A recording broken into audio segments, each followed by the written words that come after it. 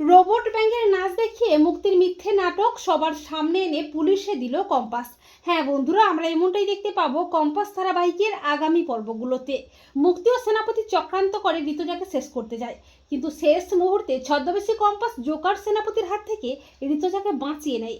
এরপর মুক্তি নিজেকে বাঁচাতে মিথ্যে নাটক শুরু করে। কয়েকজন গুন্ডা লোকজন মুক্তির প্ল্যান মতো রাস্তায় মুক্তিকে অ্যাটাক করে, মিথ্যে মারধর করে। আরেকজন ছবি তুলে সেই ভিডিও ভাইরাল করে দেয়। এরপর মুক্তি অসুস্থতার মিথ্যে নাটক করে চৌধুরী বাড়িতে হাজির হয়। আর সবটাই যে মুক্তি নাটক করছে সেটা বেশ বুঝতে পারে কম্পাস। ছদ্মবেশী কম্পাস বিহানকে সবটা জানায়। এরপর মুক্তির মিথ্যে নাটক সবার সামনে আনতে প্ল্যান করে বিহান ও কম্পাস।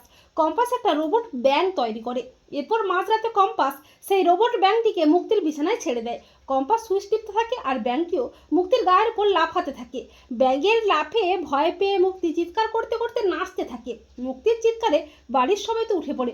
বিহান বলে, কি হলো মুক্তি মাসি, তোমার তো গোটা শরীরে নাকি অসহ্য ব্যথা যন্ত্রণা, তাহলে তুমি যখন এত লাফালাফি করছো তোমার ব্যথা উধাও? মুক্তি নিজেরও জানতে বলে ফেলে, আরে আমার কোথাও ব্যথা ট্যাথা নেই রে, আমি একদম ঠিক আছি, এই ব্যাংকটাকে তোরা তাড়া। এই কথা শুনে সবাই চমকে ওঠে। ঋতুজা বলে, মুক্তি, তার মানে আমাদের সন্দেহটাই ঠিক, সবটাই তাহলে তোর নাটক? অখিলেশ বলে, ছি মুক্তি ছি, তুমি আর কত নাটক করবে?